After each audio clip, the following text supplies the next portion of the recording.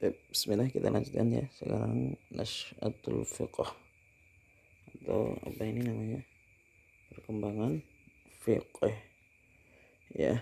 Ada 4 marhalah menurut penulis, ada 4 periode perkembangan fikih secara umum, atau ini tarikh tasyri' ya. Sejarah tasyri'. Nah, ini sejarah ini sangat penting ya, sangat penting untuk diketahui ikhwah semuanya, karena kita tahu bahwasanya fikih itu tidak terjadi begitu saja. Tentu dalam banyak hal juga nanti kita bisa mengetahui perbedaan-perbedaan yang ada ini juga lewat sejarah ini ya. Nah, langsung kita mulai dari periode pertama, al-marhalah al-ula. Ini dikenal dengan yang namanya an-nash'ah ya, an-nash'ah atau masa pertumbuhan ya. Masa pertumbuhan itu artinya masa pembentukan ya, atau marhalatut takwin ya. Al-muddah, waktunya, masanya ya, minal bi'atsah ila wafatin Nabi sallallahu alaihi wasallam ya. Tentu waktunya adalah semenjak Nabi diutus ya. Nabi diutus menjadi seorang nabi dan rasul, yaitu semenjak turun surat Al-Alaq dan juga Al-Mudaththir ya. Semenjak itu sampai kapan masa pembentukan fikih ini? Sampai Nabi wafat. Nah, ini dikenal dengan masa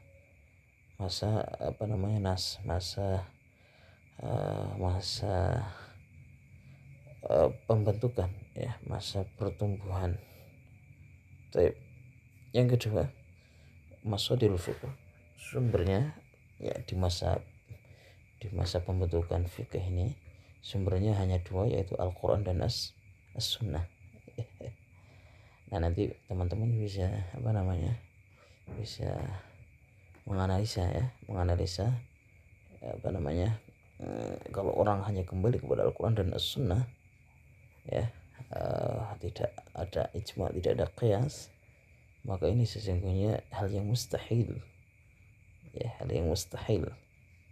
karena kalau Al-Quran dan As-Sunnah itu memang pada masa Nabi, tapi kan banyak kasus baru yang tidak disebutkan dalam Al-Quran dan As-Sunnah. Nanti disebutkan pada ijma' dan juga pada qiyas, sekalipun ingat sekali lagi ya, ijma' dan qiyas itu tidak keluar dari Al-Quran dan As-Sunnah ya, karena qiyas itu adalah sumbernya adalah Al-Quran, apalagi ijma' ya. Nah, yang Al-Quran dan As-Sunnah ini hanya pada masa Nabi. Al-Quran dan Sunnah Nabi kan gitu. Orang tanya Nabi dan Nabi langsung menjawab. Nah, jawaban Nabi itu sunnah, hadis kan gitu. Jadi kalau orang sekarang tanya permasalahan baru gitu, itu kan namanya qiyas kan, rata-rata kan dikiaskan ya. Maka kalau orang kasus kontemporer ada perbedaan itu ya wajar, karena masing-masing punya sudut pandang yang berbeda. Tapi kalau di masa Nabi memang gak ada perbedaan, karena muftinya hanya satu, yaitu Nabi ya. Asimah ini sifatnya ya, atau bentuknya ya, itu adalah nuzulul wahyi ya, bentuknya adalah ini turunnya wahyu. Jadi kalau Nabi nggak berijtihad ya karena tentu beliau dengan wahyu ya. Wa ma yantiqu 'anil hawa in huwa illa wahyu yuha. Muftinya siapa? Muftinya adalah Nabi sendiri sallallahu alaihi wasallam ya. Ini masa pertumbuhan ya, masa awal kemunculan yang namanya tasyri' atau perkembangan fikih ya. Ini periode yang pertama. Periode yang kedua, masanya adalah min 41 Hijriah ya, ila awailil qarni tsani. Berarti ini marhalah 2, salah tadi yang samping marhalah kedua, periode yang kedua itu adalah marhalatun numu. An-numu itu adalah perkembangan ya, mulai berkembang. Kalau tadi baru terbentuk, sekarang mulai berkembang. Kapan ini masanya? Ini masa Khulafaur Rasyidun, berarti dari tahun 11 Hijriah, dari wafatnya Nabi sampai kekhalifahan siapa ini, Ali bin Abi Thalib radhiyallahu taala anhu ya. Nah ini masanya demikian. Kemudian masadirul fiqhnya ini sudah mulai ada ijma, ya tidak hanya Al-Quran dan As-Sunnah tapi juga ijma. Kenapa ya? Karena ketika ada permasalahan tidak bisa dicatakan hanya kepada satu sahabat, mesti dengan ijma. Maka ketika peristiwa jam'ul Quran itu kan bukan hanya jawaban Abu Bakar ya, tapi itu terjadi atas ijma gitu loh. Tidak hanya seorang kemudian didalikan dalil, tidak bisa ya kan, karena pemimpinnya ya betul ya, pemimpinnya sang khalifah Abu Bakar, tapi bagaimanapun kan beliau tidak bisa sendiri ya, karena tidak ada wahyu yang turun kepada beliau, beliau bukan nabi ya. Maka mulailah masadirul fiqh ya, sumber fikih yang ada saat itu berkembang, tidak lagi hanya Al-Quran dan As-Sunnah tapi juga ijma. Dan ingat sekali lagi, ijma itu sumbernya ya marjaknya ya, referensinya tetap Al-Quran dan As-Sunnah. Contohnya apa ya? Jamul Quran. Jamul Quran itu kan ijma ya. Dan ijma itu jadi dalil. Ya, ada Allah dalam Al-Quran surah An-Nisa, "Wa may yushaqiqir rasula min ba'di ma tabayyana lahul huda wa yattabi' ghayra sabilil mu'minin." Ya, wa yattabi' ghayra sabilil mu'minin, dan mengikuti jalan orang selain orang yang beriman. Orang yang beriman itu siapa? Itu ya sahabat. Berarti ijma sahabat itu wajib diikuti gitu ya. Nah ini sudah masadirul fikihnya sudah 3 ya. Kemudian sifatnya ini zuhurul ijtihad, munculnya yang namanya ijtihad ya, masing-masing pada ijtihad. Nanti ada Umar berijtihad, kemudian siapa berijtihad begitu ya. Sekalipun dalam permasalahan-permasalahan yang mungkin sudah ada, yaitu tidak membutuhkan ijma ya. Kalau yang peristiwa besar itu yang membutuhkan ijma begitu. Ya, muftinya siapa? Al-Khulafaul Arba'ah. Kemudian di Madinah ada Zaid, di Makkah ada Ibnu Abbas, di Irak ada Ibnu Mas'ud, ya di Syam ada Mu'adz, di Mesir ada Amr bin Al-As ya. Ini muftinya ya, karena tentu sudah tersebar mana-mana ya. Masya Allah ya.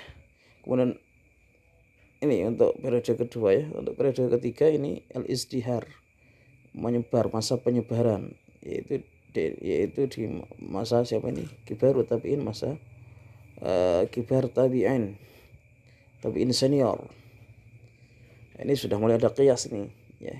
Mudahnya kawan? Waktunya dari 41 Hijriah, akhir masa Khulafaur Rasyidin, hingga awal abad kedua ya, hingga awal abad kedua Hijriah. Kemudian masadirul fikihnya sudah mulai ada qiyas ya. Sebelumnya hanya ijma ya. Sifatnya apa? Zuhuru madarisul fuqaha atau tadwinul fuqaha. Ini sifatnya sudah nampaknya madaris fuqaha ya, madrasah fiqih ya di berbagai tempat, karena Islam sudah berkembang kemana-mana ini ya. Di tahun-tahun ini kan sudah sampai Irak ya, sudah sampai Syam, sudah sampai Mesir ya, sudah sampai bukan hanya di Makkah dan Madinah. Nah ini juga sudah mulai masa tadwinul fiqh, masa penulisan fikih itu sendiri. Muftinya siapa ini? Kalau al-fuqaha as-sab'ah al-Madinah, siapa al-fuqaha al-Madinah ya. Nanti disebutkan di sini ada Atha, ada Imam Mujahid, ada Imam An-Nakhai, ada Ibnu Jubair ya. Di Kufah itu ada Hasan Basrah, kemudian dan lain-lain ya. Nah terakhir periode yang keempat, yaitu dikenal dengan metode periode an-nadj, yaitu kematangan fikih. Nah ini fikih sudah mulai mapan ya. Siapa ini? Munculnya yang namanya al-a'immah al-arba'ah ya, imam yang 4, mazhab yang 4 ini. Sebelumnya memang banyak fuqaha ya, tapi memang tidak banyak murid-muridnya. 4 imam ini yang kemudian banyak muridnya, banyak yang meneruskan. Ini masanya masa 119 Hijriah sampai 241 Hijriah. Sumber fikihnya ini sudah mulai banyak ya. Ada Al-Quran, Sunnah, Ijma' Qiyas, ada istihsan, ada masalah mursalah, ada aman al-Madinah, ada qaulus sahabi. Sifatnya zuhurul madhab al-fiqih al-arba'ah. Nah, munculnya fikih madhab yang 4 ya, dan ini bagian di perjalanan hidup dari perkembangannya. Muftinya siapa? Abu Hanifah Nu'man, yaitu madhab Hanafi, Malik bin Anas madhab Maliki, Muhammad Idris Syafi'i madhab Syafi'i, dan Ahmad bin Hanbal madhab Hambali. Lah bagaimana tentang 4 madhab ini, insya Allah kita pelajari lain waktu ya. Kita cukup sampai sini dulu. Yang pertama tentang ta'riful fiqh, yang kedua tentang masadirul fiqh, yang ketiga tentang nasy'atul fiqh. Ini sebagai mata kuliah pengantar perbandingan madhab. Ini harus tahu ini dulu ya, sehingga nanti kalau ada hal apapun bisa ditahu dasarnya gitu ya. Barakallahu fikum. Syukran wa istimamikum. Wassalamualaikum warahmatullahi wabarakatuh.